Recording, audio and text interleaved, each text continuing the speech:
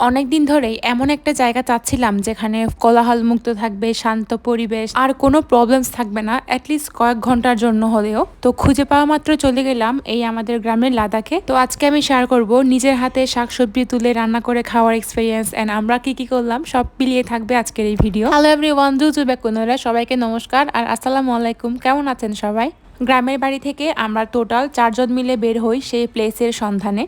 Fortunately আমরা যে জায়গায় যাচ্ছি সেই জায়গাটা না আমাদের গ্রাম থেকে মাত্র 18 থেকে 20 কিলো দূরে হবে। যেহেতু আমার কখনো লাদাখে যাওয়া হয়নি, ইভেন এখনো পর্যন্ত আমি ইন্ডিয়াতেও যাইনি, লাদাখ যে কেমন সেটা নিয়েও আমার কোনো এক্সপিরিয়েন্স নেই। বাট ইনস্টাগ্রাম ফেসবুকে ঢুকলে না লাদাখের ওই বাইকের ট্যুরগুলো চোখে লাগে, খুবই সুন্দর না দেখতে। আমরা টোটাল গিয়েছিলাম 4 জন, এই যে পহেল, তৃপ্তি আর আমি, আর আমার ভাই হচ্ছে ছবি তুলে না। মানে আমাদের গ্রামের বাড়িতে যদি কেউ যায় তাহলে আমার ভাইয়ের ছবি কোথাও পাবে না, সবাই বলবে হচ্ছে আমার মা বাবার শুধুই আমি একটাই মেয়ে।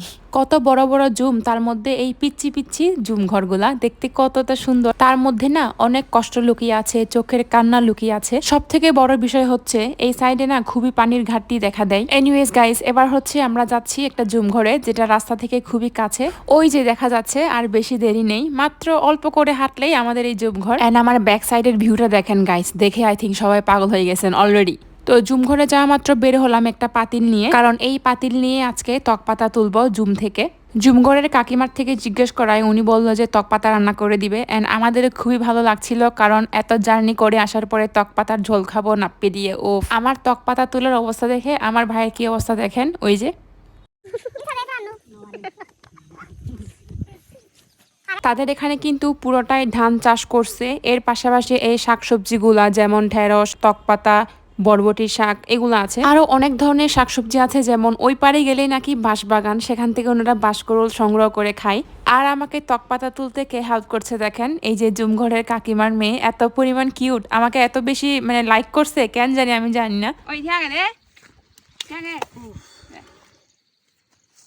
আমাদের 4 জনের জন্য এই তকপাতাগুলো এনাফ ছিল। তো আমি এখন এগুলা কাকিমাকে দিয়ে দিলাম। কাকিমা এখানে অলরেডি ভাত বসানো শুরু করে দিছে, সাথে তকপাতা রান্না করার জন্য এখানে শীতলের তাওয়াও রেডি। তো শীতলের তাওয়াটা সেদ্ধ হতে হতে এবার হচ্ছে আমি কাকিমাকে হেল্প করছিলাম তকপাতাগুলা পরিষ্কার করতে। ওনার সাথে কথা বলে জানতে পারলাম এই বাসায় ওনারা টোটাল 3 জন থাকে, বাচ্চা, মা আর বাবা। ওনারা না আমাদের মতো না, এই সিম্পল খাবার দাবার, সিম্পল চলাফেরা এগুলো নিয়ে ওনারা স্যাটিসফাইড। আর এই নাপ্পির তাওয়া দিয়ে তকপাতা রান্নাটা, এই ডিশটা মনে হয় আমাদের প্রত্যেক আদিবাসীদের ফেভারিট। তো রান্না হতে হতে এবার তাদের ইজরে গেলাম। মানে বাচ্চাটার অবস্থা দেখেন, আমাকে তার ছবি তোলা এই বটমওয়ালা ফোন দিয়ে, মানে এটা নিয়ে সে অনেক হ্যাপি।